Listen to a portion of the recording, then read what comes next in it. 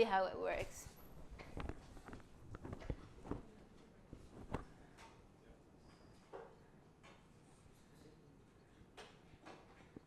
Okay. So then, where is the instantaneous center of rotation of the crank? At the center of the disk, right? What about the instantaneous center of rotation of the slider?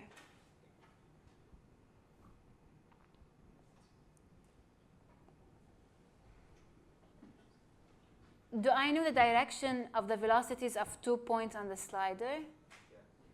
What are these 2 points?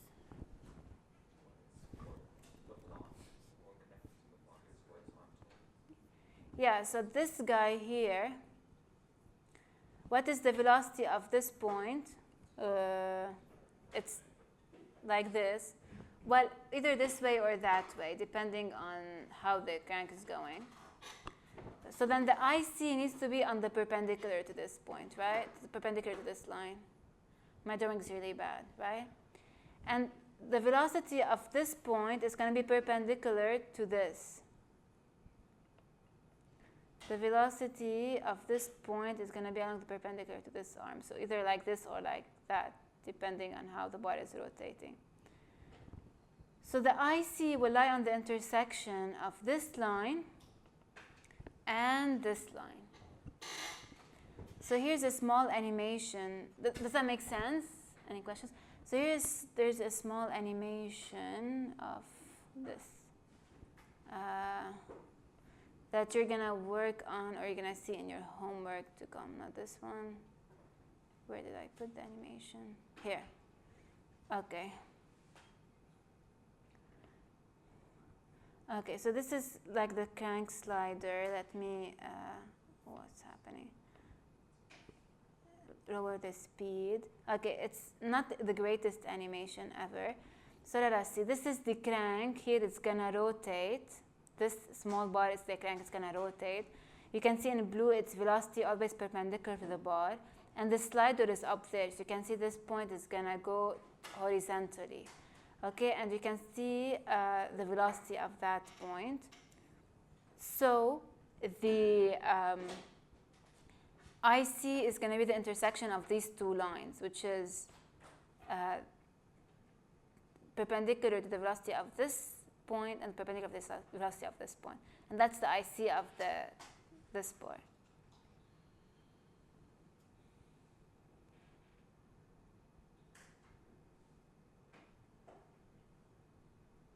So you see that the location of the IC changes in time.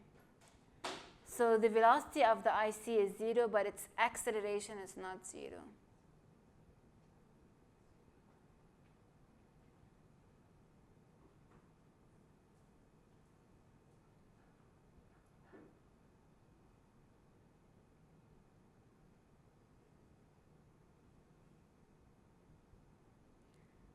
Okay. I hope this helps clarify what the IC is. Any questions? How do we say it has zero velocity if its position is changing? It has 0 velocity. That's a great question. How does it have 0 velocity if its location is changing? It's like we could ask the same question about the projectile motion. If I were to throw a ball in the air, there is a point where the velocity of the ball is going to be 0, which is at the maximum altitude. But its acceleration is not 0. But there's only one of those points if you throw a ball, whereas we're saying it's true for all of the points on an instantaneous rotation. Can you repeat that question? So what we're saying is that this point, the instantaneous center of rotation, if you think of it as a point on the rigid body, its velocity is 0 at this instant. Right, but we're also saying that you can do that for any particular instant. Right. Yeah. What's the problem with that?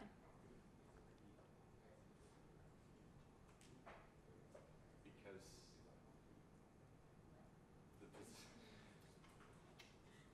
are the different instantaneous centers like just not comparable? What does comparable mean? saying you can define a point, which is the instantaneous center. Right, and at this instant, right, so at this instant, the body is rotating about this point, which I call the IC, and at a different instant, there's going to be a different point. And at each instant, there's a point where the body is rotating about, for the case of planar motion. If the body is not translating, right? Because if the body is translating, then the velocities of all the points are going to be parallel, the perpendiculars are never going to intersect. I guess by comparable, what I mean is how does the velocity stay zero if the acceleration is not zero? The velocity is instantaneously zero. It's same as the projectile motion. At this instant, the velocity is zero, but the acceleration is not zero. So at the next instant, the velocity of this point is not going to be zero. Right, but when you have a projectile, there's only one of those instantaneous zero velocities, whereas we track this body and we are defining, we're saying it has an instantaneous center which has a non-zero acceleration but a constant zero velocity. That doesn't. Yeah, no, it's at this instant the velocity of the point, the IC is zero, but its acceleration is not zero. So that's why the point that is the IC is going to change. But kind of, maybe we'll talk about this after. Okay, great. Any other questions? Yes.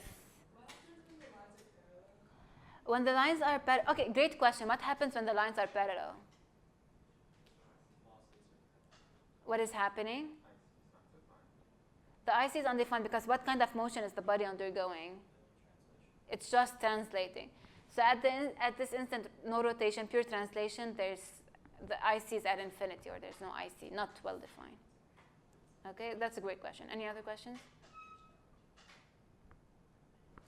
Okay. Since we have our movies on, let us watch this one.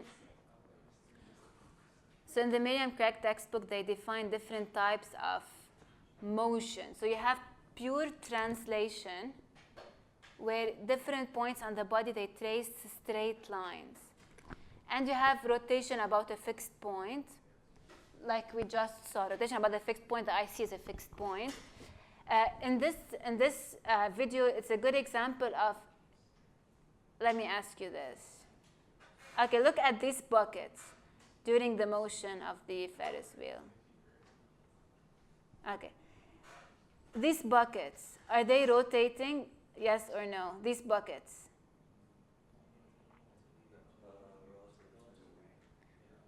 Are they rotating, the buckets? Raise your hand for yes. Raise your hand for yes. Are these buckets rotating? Raise your hand for no. Why is it no? It's correct. They're not rotating, but why? Rotation vortex. What does that mean? They maintain the same orientation as they. Exactly. If you look at a material line on the buckets, for example, this yellow line here, blue line here. Maybe I'll find a better angle here. So if you look at these material lines during the motion, their orientation is not changing. So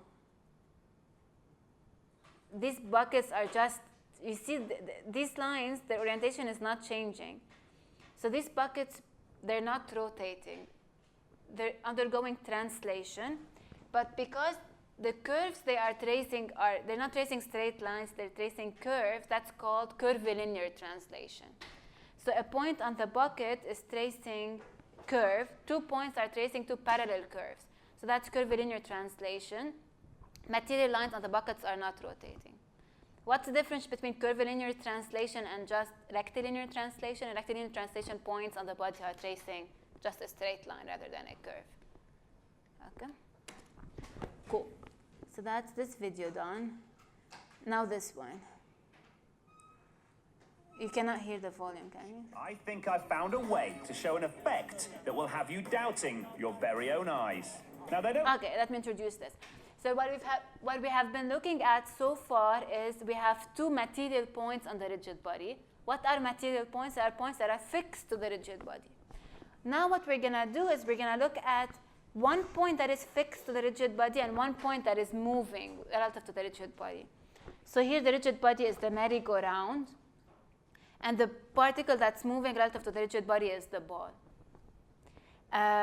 Another way to think about the same problem is having two reference frames.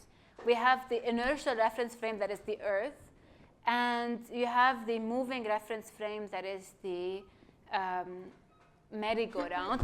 And we want to describe the velocity of the particle relative to either the fixed inertial reference frame or the moving reference frame that is the merry-go-round. And notice that there are going to be several camera views in this video. One camera view is going to be fixed to the Earth, and one camera view is going to be fixed to the merry-go-round. So that's the.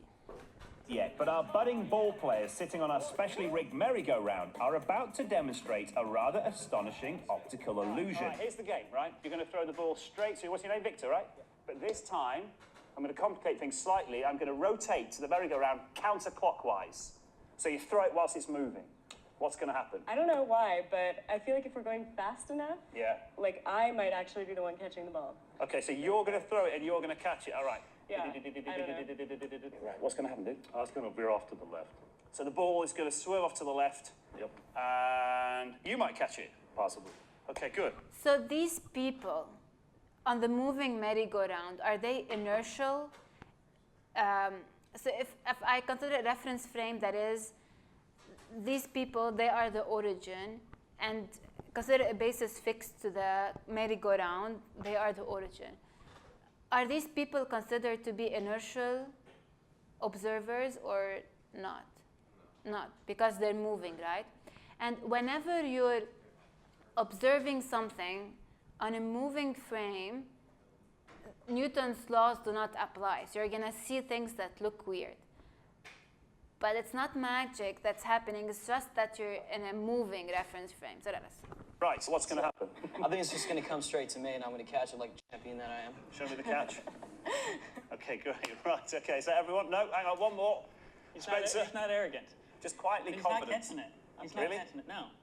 So what's going to happen to the ball? I'm catching it. It's right here. Great, so we've got one saying to go off to you, one saying to come to you, Spencer, and you think it goes straight ahead, but you think you'll be the one catching it. Yeah.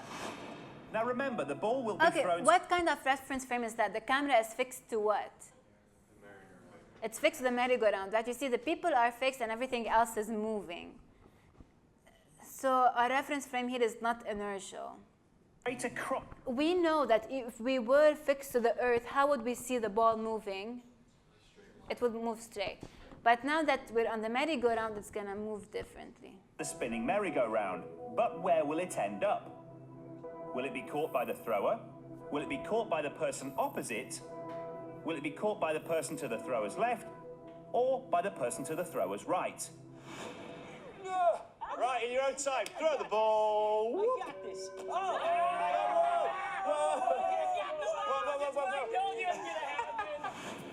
So the answer was D. It was caught by the person on the thrower's right.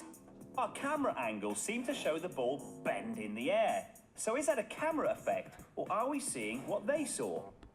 Hang on, this couldn't get much more simple. The idea was just to throw the ball straight to Victor to show us his amazing catching skills. That's right. Yeah, it did. It just curved right over here. This way. So let me get this straight. So you threw the ball, it left your hands, and then what? And then it just got sucked over to him. In the air. Yeah, I threw a perfect throw. What did you see? Yeah, curved right in. Right, so we're all agreeing here the ball curved in midair. Yeah. Yes. And you didn't cheat this at all? No, I didn't. Okay. And do you know why it did that? No. Nope. No idea. It's called the Coriolis effect.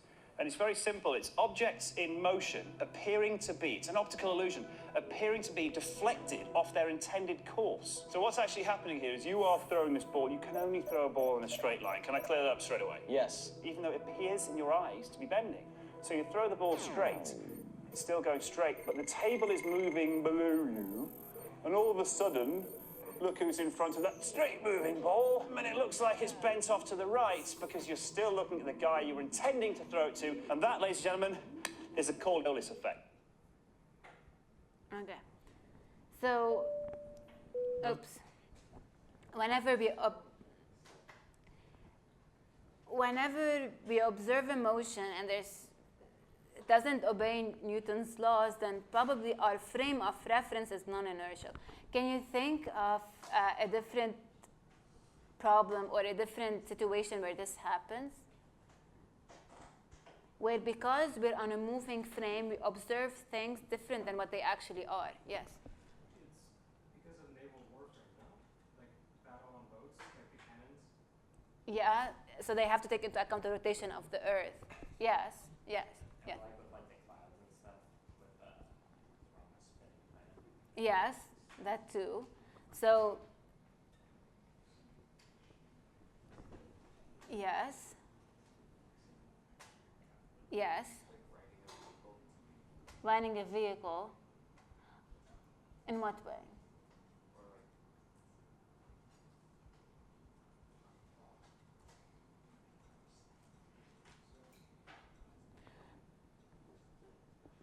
The Earth is moving, right? How did people prove that the Earth is moving? It's rotating, right? The Earth is rotating. How did we prove that the Earth is rotating?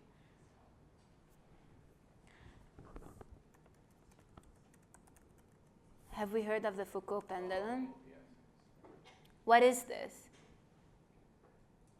If you hang a very large pendulum over a long period of time, the direction of its motion changes. Exactly. It's shrunk down so small you can barely see it. Okay, so what is happening is that they take a very long pendulum and the socket at the top is free to rotate in any direction, right?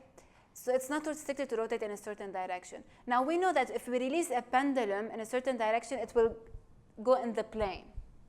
But what happens is that we observe the pendulum, instead of moving in the plane, we observe that the plane of rotation of the pendulum is rotating.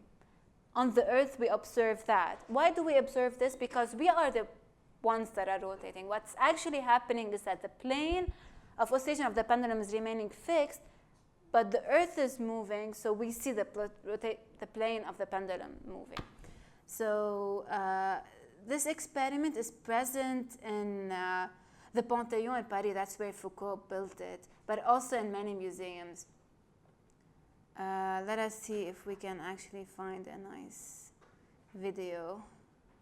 Okay, so that looks like an explanatory video. Oh, here. So that's a museum that has it. Oh, these ads. Skip.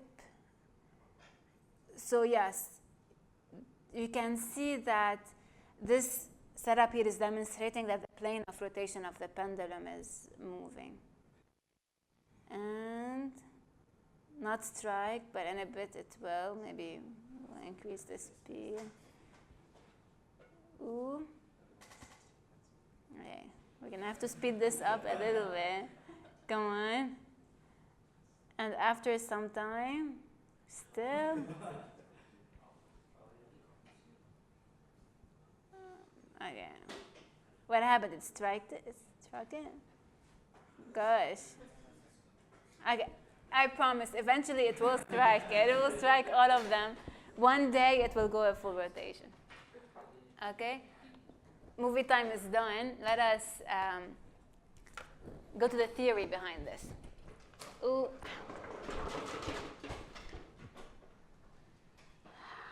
Hide screen. I did promise you we will talk about Coriolis acceleration when we come to rigid bodies. So here we are.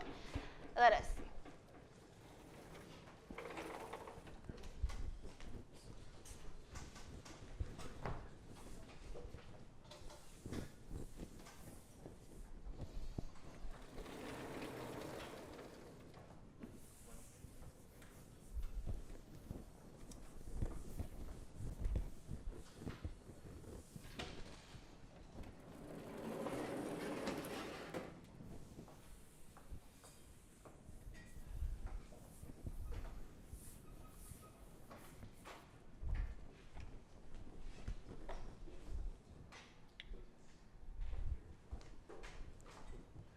Okay. So I have a rigid body. I'm going to put a rotational basis on it. So our topic here is rotating frames.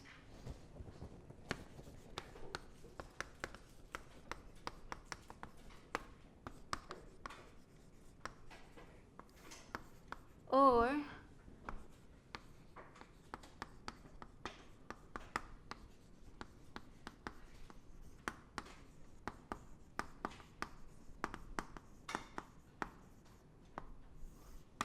okay. So I have a rigid body, I have a rotational basis. I have a certain particle P. I can write its position vector x. Okay? X is equal to x ex plus y ey.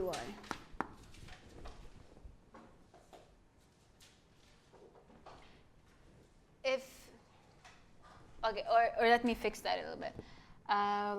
Let me take, okay, sorry. Let me consider a rigid body. Let me take points A and B on the rigid body and still my rotational basis, Ex, Ey. Let A be a material point on the rigid body.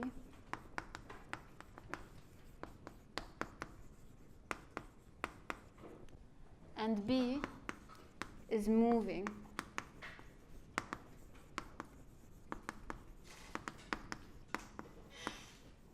Okay, so A is the material point on the rigid body, B is moving relative to the rigid body. So I can write xb minus xa is equal to xex plus yey. Okay, so remember, previously, if A and B were two material points on the rigid body, as the body moves, would X and Y change? If A and B are two material points on the same rigid body, as the body moves, X and Y would not change. But here, because B is moving relative to the rigid body, then X and Y will change. So I can calculate VB minus VA, and now I have to take into account the derivatives of X and Y.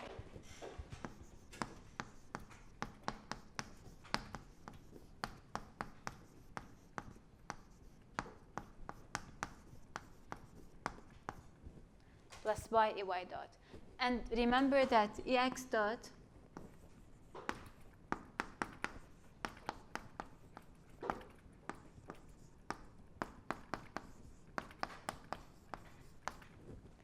so now I can write VB minus VA.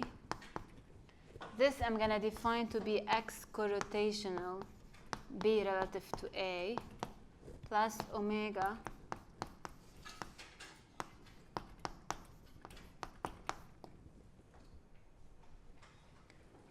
so this is by definition. X B relative to A is by definition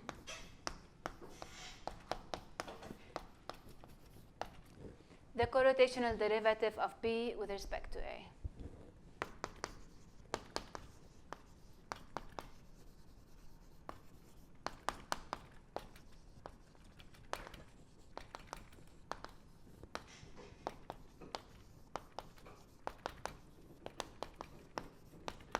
Okay, what does this corotational velocity mean physically? It's the velocity of B as observed by someone on the moving rigid body.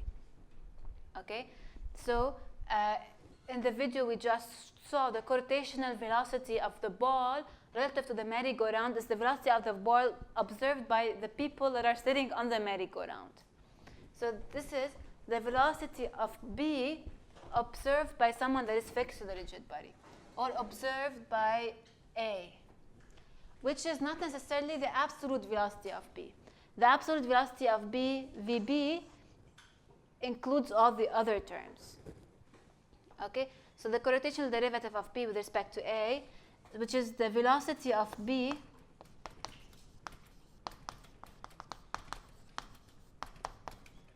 viewed by A, viewed by an observer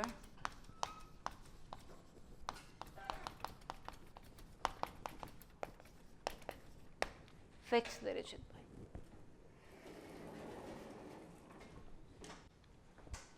Any questions? Now I will take one more derivative.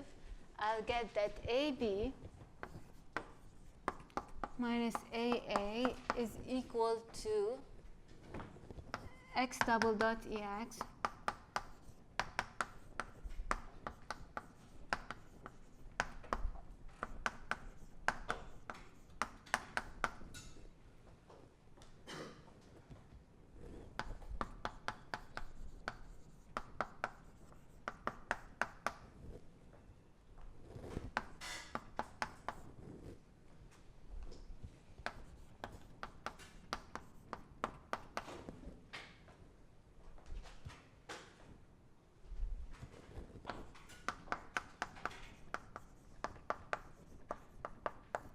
Okay, take a minute, double check my derivative. Is that correct?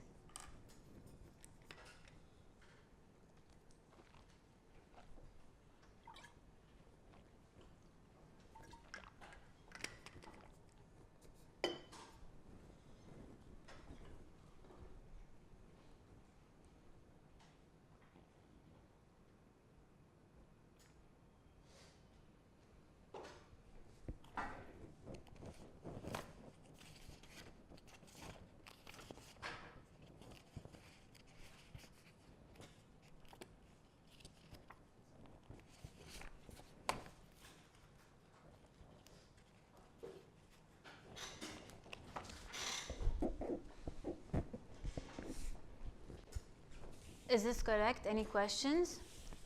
So we can simplify this. You're welcome. Okay, so we can simplify this. This term I will call the co-rotational acceleration.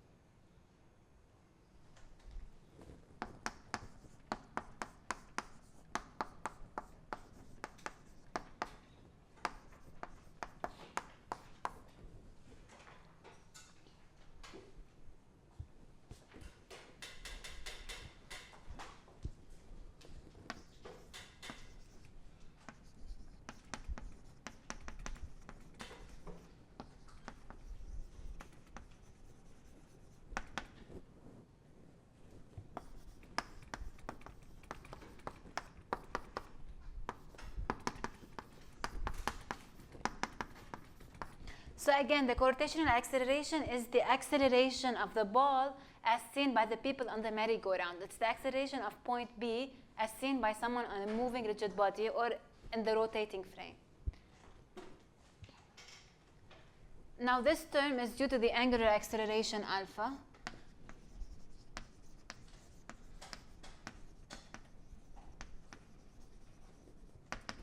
This is the Coriolis term. And this is the centripetal acceleration.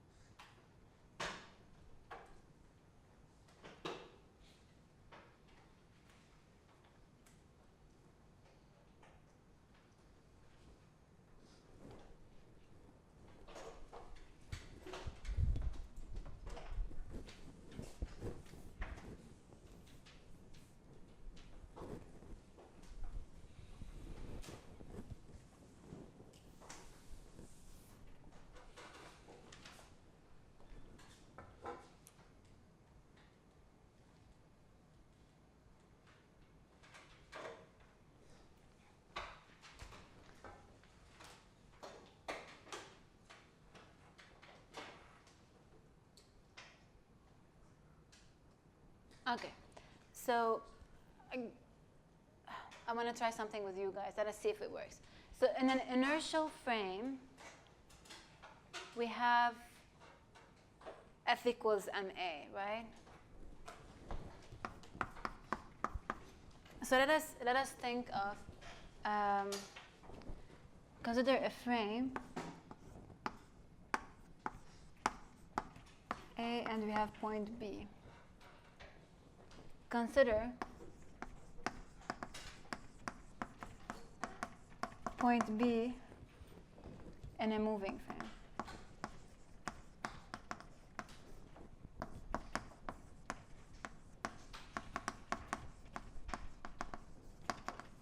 With origin A. We know that the balance of linear momentum, instead of point, I'll say particle.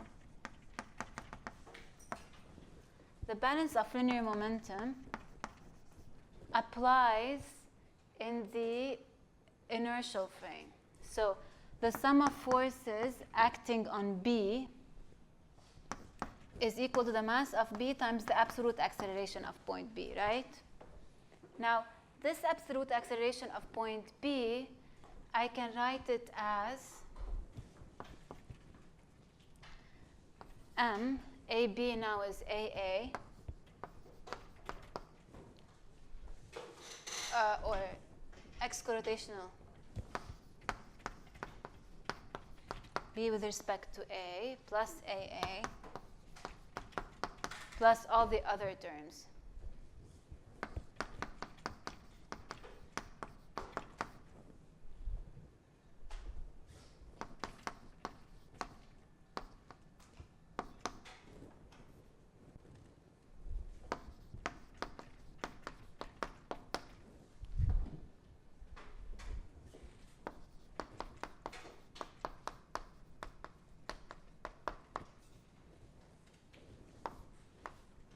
Okay. So this is F is equal to MAB. Okay, what is the acceleration of B observed by someone in the moving frame? It's this one. So what people do is that they say MXB, and they say that F and then minus MAA plus alpha cross XB relative to A minus 2 omega cross X.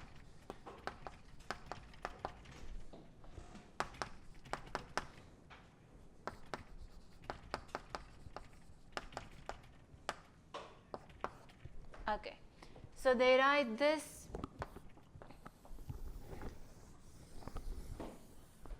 balance of linear momentum of a particle in a non-inertial frame. And then they call all of these forces, so for example, it's no longer a component of the acceleration, they would call it the Coriolis force, the centripetal force, the acceleration force, the gravitational acceleration force.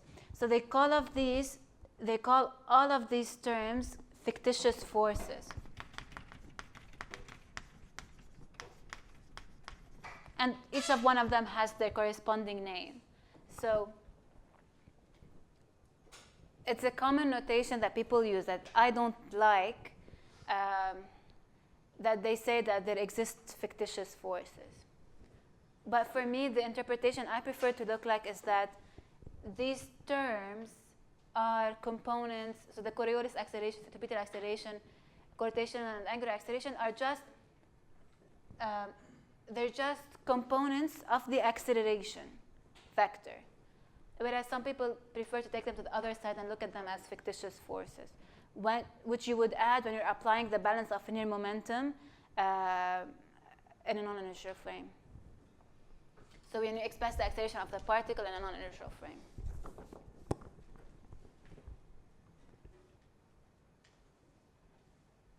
So just introducing this notation of fictitious forces in case you see it.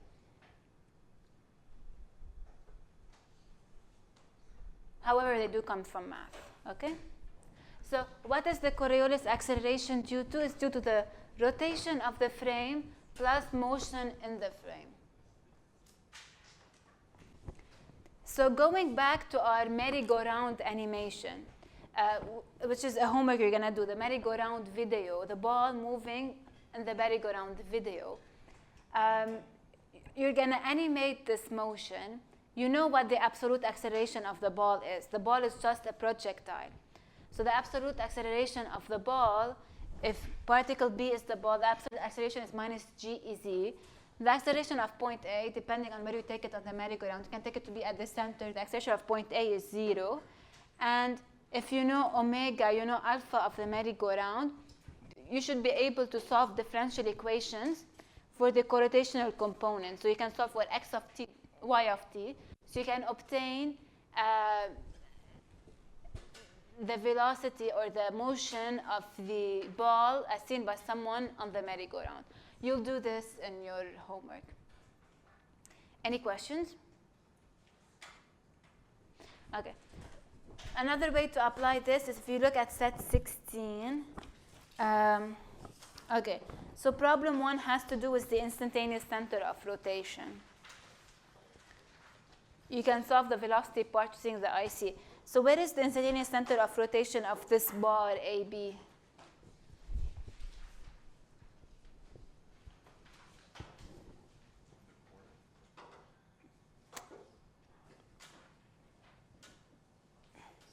Which corner? The instantaneous center of rotation of bar AB, how do I find it? Show your friend very quickly on the sketch where the IC of AB is. And then, yeah, show your friend real quick. And you can also show me. I'm seeing a correct answer here. But you need to draw the perpendiculars to show clearly the directions of the lines. Yeah, so the perpendicular sign. Yeah. Here they got it. What about here? Where's the IC? Turn your paper. Yes, perfect. What about people here? Where's the IC? People in the back are going to test my eyesight, but show me. Show me, show me. Yes, yes. Yeah. Okay, so I think you've got it. Do you want to show me? Where is it? With your finger? No.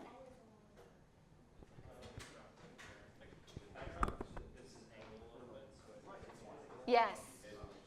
So it's perpendicular to the wall at A, perpendicular to VB at B. It's going to be. Okay. Okay, moving on to problem 2. So problem 2, you have particle A. Now particle A is moving relative to the rigid body that is the disk.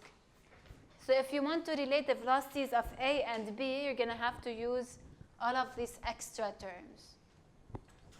Notice that if A and B were two material points on the same rigid body, how would this equation simplify? If A and B were two material points on the same rigid body, if A and B were two material points on the same rigid body, then what would be the velocity of B as seen by A on the rigid body? 0, right? So I would recover the equations I had originally, which were just that VB minus VA is omega plus XP minus XL. Same for the acceleration. If A and B are two material points on the same rigid body, the corrotational components would go away, and I would recover the alpha plus XP minus XA plus omega plus XP minus XA, which I had at the beginning of lecture. Okay? So in problem 2, you cannot do that if you want to relate B and A. In problem 3, if I want to relate VA and VO, are A and O two material points on the same rigid body? Yes. But what about A and B? No. A and B are not two material points on the same rigid body. But how does B see A moving? Exactly. B sees A moving along the rod.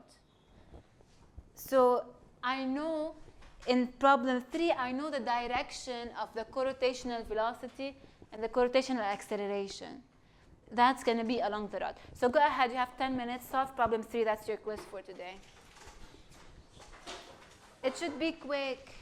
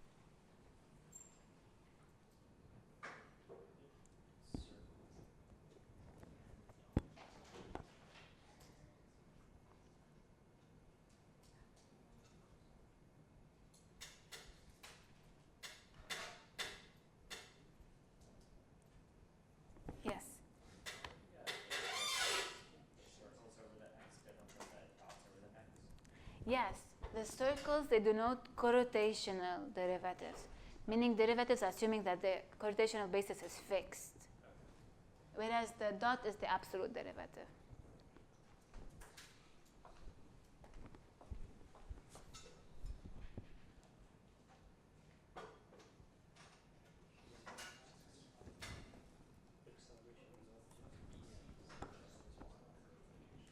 And you can do this in pairs.